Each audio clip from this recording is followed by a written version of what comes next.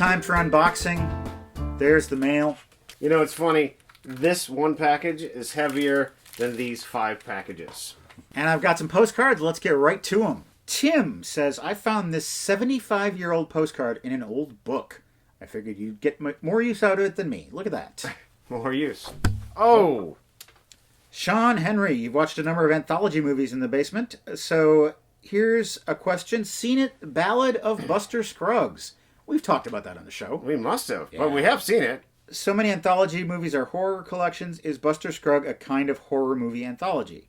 It has elements of horror. Well, now that he said it, I can't not see it. Yeah, particularly the final tale. Well, they're all about death. And it opens with Buster there, who is clearly the monster hero. Damn it. Tyler from Cleveland, Ohio. Hi, Matt, Craig, and Tona. Have you seen this 1978 movie Same Time Next Year? I saw this movie a long time ago and I love it. Yeah, I saw it a long time ago too, but I don't remember much of it. Amber in Chicago sends this little piece of weirdness. We thought you'd get a kick out of this somewhat dated postcard from my dorm walls to your mailbox. Hey, I'm getting my Moxie back. Who is this? Ed Paschke. It's Minnie the Moocher. Minnie the Moocher, yeah. And rescued from obscurity, we discovered this postcard in an old envelope. We forgot to read it on the show. Oh. This is from Sindra, who sent us the graphic novel, The Anubis Dog of Death, that we're featured in. Oh, yes. We never miss an episode, and Basement and Unboxing are entertainment highlights for us each weekend. Seen it, Terry Pratchett's Hogfather. Have not seen it, not a big fan of Terry Pratchett. I have not seen it, and I am a fan of Terry Pratchett.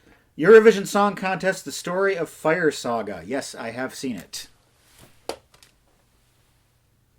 Fire Saga is one of those Will Ferrel movies that are kind of like all Will Ferrel movies where there's not really a lot there. Will Ferrel has not been given the comedy he deserves.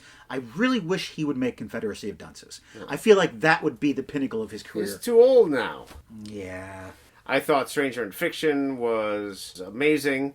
I thought he was great in it, but it wasn't the Lost in Translation. It wasn't the Eternal Sunshine of a Spotless Mind that this actor needs. Yeah, every Will Ferrell movie, it obviously has 20 comedy writers on it. They're all great. So the movies are filled with these terrific jokes, and you're just laughing constantly, but there's no story there. There's no substance.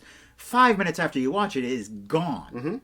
And that's what's frustrating because Will Ferrell is such a huge talent. At our website, welcometothebasementshow.com, there are PayPal donation buttons that you can click on to donate to help support this show. There are people who do this all the time. I'm going to read some of their names. Cole, who says, it'd be real cool if you could shout out my friend Rylan, whose birthday is November the 28th, and maybe has seen it for his favorite comedy, Dana Carvey's The Master of Disguise. Rylan, happy belated birthday. Happy birthday. And Master of Disguise, your favorite comedy? Your favorite comedy? Master of Disguise is the worst comedy I've ever seen. I know. But it's his favorite. I don't Let care. him be. Your mom loved Air Bud. I don't care. Your mom loved Air Bud. This is from Stephen in Westchester, PA. Dominic, South Weymouth, Massachusetts. Cut towards yourself. That's what I always say. Then you know if the knife's gone too far. When I cut an apple, I take it and I just take the knife and go. And I cut it like that. Yeah. Dominic says, enclosed is a photo of Ray Milland contemplating that damned bat. I have no idea what bat you're talking about. Oh yeah, that one. I think it would make a great addition to your growing basement collection. The scene with the bat has to be one of the funniest scenes ever put to film. It cracks me up every time you show it. I also wanted to thank you guys for making 2020 a little more bearable with your weekly doses of entertainment. Thank you very much. Stephen writes, Dear Basement Crew, saw these items on Brandon Bird's website and I thought of the two hosts. Of course I need to get something for Tona, and since I'm completely out of gold ingots, I picked up some licorice. Hey, thanks. Matt and Craig, you two will have to fight over who gets the magnets and who gets the bees, not the bees. Oh, they're in my eyes. Now this is Michael Shannon brand bees. These are Michael Shannon brand bees. That's what I just said. This is real. Brandon Bird's website. That's great. Yeah. Who's Brandon Bird? I don't know. What you do every week keeps me going. You guys are so talented and make such a memorable show. Keep doing what you are doing, and I will continue to watch and support for as long as I am able. Keep being able. So what's the other thing in the package? Caution! Nicolas Cage! And that's a magnet. It's now time to answer some viewer questions. David Wright writes, I've been getting into Bob Dylan recently. I've been listening to the main ones, Freewheelin', Back Home, Highway 61, Blonde on Blonde, and Blood on the Tracks. Any suggestions on other ones? I know there's a lot, so looking for ideas. There is a lot to choose from. But the good thing about Dylan is that you never run out of stuff to listen to, but there's a bunch that you should avoid. So it's a finite, attainable thing, but you don't want to, get into like the 80s stuff. Didn't he have one really good album in the 80s? I think so, yeah. World Gone Wrong, maybe? Okay. But I'm not certain. Well, I think two excellent albums from Dylan's later period are Time Out of Mind and 2001's Love and Theft. Ah, yeah. Both of them are amazing. Love and Theft, I think, holds its own with most of the early stuff. And it was released on September 11th, 2001. And it's about September 11th, 2001. Like, there's like 4 songs that are basically referencing it. He's been called a prophet in the past. That album is the proof. Also, I love Nashville Skyline. If I ever meet Bob Dylan, and hopefully I never do, because I just make a fool out of myself, I do have the question of, was he really in love when he made that album? Because he sounds exuberant throughout the entire thing. Calvin J. Luther, who has had the best Oscar winner speech, and why was it Joe Pesci? Joe Pesci's Oscar speech, he goes up there, he kind of goes, and then he says, "It's my privilege, thank you," and walks off. Simple as that. It is a really good speech because it doesn't seem glib or tossed off. He really gives the impression that he feels the weight of what has just happened. Yeah. And his words are simple and genuine. The best Oscar speeches are where they keep their cool. I'm fine when they don't have their cool. I'm fine when they're crying. It's when they're crying and then they're like, oh yeah, my agent. And agents are important to your career. But I got an idea for any Oscar winners. I'm talking about mainly the actor categories, because when you're an actor and you win an Oscar, it's all about you. It's not about these other people. If you win a technical award, you're winning it for the team, so it makes sense to thank a bunch of people. Mm-hmm. This is what you should do. If you're an actor and you win an Oscar, you go up there, you give your speech. Your speech is just about you, whatever you want to talk about, and then that Monday, take out a full-page ad in Variety, list all the people that you want to thank. Yeah. Take out a full-page ad in New York Times, wherever. You can afford it. Let's open 2 more packages. Alexander in Andover, Massachusetts. Marshall in Fargo, North Dakota. 3 DVDs. Hey! Directed by George Cukor, we just watched Gaslight. This is Adam's Rib. Hey! Which I believe I've seen before. Is that courtroom comedy? Yeah. I've seen it, yeah. A classic messy dog tale, Turner and Hooch. We just watched a movie with Tom Hanks the episode before the last one. Is Alexander Hawke a psychic? Let's see. This will prove it. And then Adventures in Babysitting. Wait 1 second. There has to be a connection. What was the second to last thing that we watched? Air Bud. Oh, yes. Basically the same movie. Okay. Matt Craig and all the basement folks. Hark, Ernesto, hark! Thumb-kissed bid our father the blind swordsman rise from Miami to Orlando. Full foul in his hand-folded karate fury. I have a feeling we have a poet on our hands here. No, this is the speech from The Lighthouse. A sea of holes teeming with headache powder to smother this young mouth with vinegar pie, to bite ye with cancer-infested rats, engorging your organs till ye turn blue and bloated with underdone potato. Take up his heroin-addled golden arm, his dog-beaten cane screeches, dry white bread like in the tempest, and puts its weight on ye, bursting ye in mashed potato man no more, but a blown-off bloody door. A nothing for the agency, and the souls of a ping-pong party to peck and buh-buh-buh at, and one-handed clap to only to be stuck with dirty hands and swallowed by the guilty night of the mute ants themselves. Forgotten to any Kinski to any ear, including Zero, forgotten any child of love or goat-headed Borgnine, forgotten even to Oscar Singularity, for any stuff or part of Matt and Craig is Matt and Craig no more, but is now itself the basement. Hope you're staying warm, hope you're staying safe, and hope you enjoy the Crochet Vader. Whoop. Thanks for giving it away, Craig. I didn't give it away. Marshall and Catherine in Fargo gave it away. All right, well, he hasn't gotten to do a monologue in a long time, so that's a good thing to happen. What have we got here? Whoa! It's Darth Vader. He's been crocheted. And is that a felt sword? It's something hard wrapped in felt, yeah. Whee! Okay, we got another envelope here from Michael Lafferty. I bet it's going to be a DVD cover for our show. It sure is. Complete third season. Welcome to the basement. Look at that. In color, no less. What's on the front is... Me with a viewfinder. And me wearing a hat. Is that your Billy Jack costume? Maybe. Yeah, it is. Welcome to the Basement is into third season, and things are getting faster. Hosts Matt Sloan and Craig Johnson must evade Chekhov's Bolito as they make their way into the big leather couch. And through the episodes from Viva Las Vegas to A Trip to the Moon and The Immigrant, when Craig chooses to delve into the unexplored chasm that is the worst sci-fi movie, will they survive or will it send them plummeting off a cliff?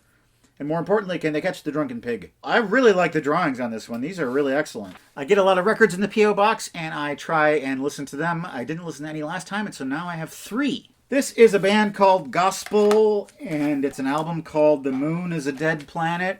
I think, something like that. Sent to us from Mitchell. This is very intense driving music. It's really well performed. What's there not to like? Answer, the vocals. The vocals on this suck. It's just a lot of dumb screaming. I don't have a problem with screaming on principle. You know, people like Frank Black, they can scream and make it sound like art. Mm-hmm. But this guy is it's just shouting. And these dumb vocals, they ruin some really good music, some really well-performed music, and the production on this is impeccable. And I got this dope at the microphone. It's a shame. It's a real shame, Gospel. And then we've got Elvis, Harem Scarum. You think this is going to be a good album? No, we don't. I think it'll be a couple of good songs and then a bunch of filler. You're right. It's not good. The songs all kind of sound the same. They all sound like they were written by a very good songwriter, but in an afternoon. Mm-hmm. But this album, I think, proves the greatness of Elvis. Because you're listening to this and you're thinking, that's not very good. But it's Elvis. Mm-hmm. And that's really his gift. He can go in and take this B-list material and make you feel like you're listening to great music. He's like Sinatra that way. Yeah. And then we have Lace and Whiskey by Alice Cooper. I never got into Alice Cooper. I suspect you haven't either. No, I haven't. Because I don't really care for his 3 big songs. And I was scared off by his Muppet Show episode. There's that too. This seems like a later period album because he seems to be kind of moving away from the theatrics. As you see on the back, he's dressed like a mystery author in front of a typewriter. I listen to this. It's fine. But this is the real treasure inside this sleeve. This is a Alice Cooper fan club application. Really? Join the one and only official Alice Cooper fan club as a charter member. You'll get a packet of pleasure that'll put you over. No, don't like that at all. Autographed pictures and posters, a charter member fan club certificate, his favorite colors, my favorite colors, black and white. Also a newsletter that lets you in on what I'm all about. Pleasures. Again with the pleasure. I know he likes golf. That's one of his pleasures. Likes, loves, hates, and habits. In real life and on tour. Makeup, chopping off his own head on stage. You'd better listen because you might not like the alternative. Join or die. Does it have, like, the address? Yeah, but it's probably a CVS. Who the hell knows? Who the hell knows? We have to find out. If it's a CVS, they can send us Band-Aids and candy. This CVS pharmacy still honors the Alice Cooper fan club requests. We will send you a packet of whatever pleasures we can find here in the pharmacy. Join or die. CVS. The rest of the donors. Abigail, Cole, Elizabeth, Graham, Ralph, Michael, Dan, Alexander, Mario, William, David, Christine, Mara, Ferris, Carson, Stephanie Marie, Mora, Andrea, Robert, Jennifer, Eric, Ashton, and Zach, Amber, Emily, and Mitchell. Thank you. This is from Kevin in Daly City, California. This is from Aaron and Hell's Kitchen in Piscataway, New Jersey. Look at that. That's cool. Yeah. I don't know what he did there, but I like what he did there. Dear Matt and Craig, thank you for keeping the show going even during these tough times. Your positivity and good spirits have been helpful for me and my brothers. As a thank you, we have gifted you each a retro figure that we hope you both enjoy. Cheers, Kevin, Christian, and Keith. This is from me, and this is for you. Ooh, Matrick.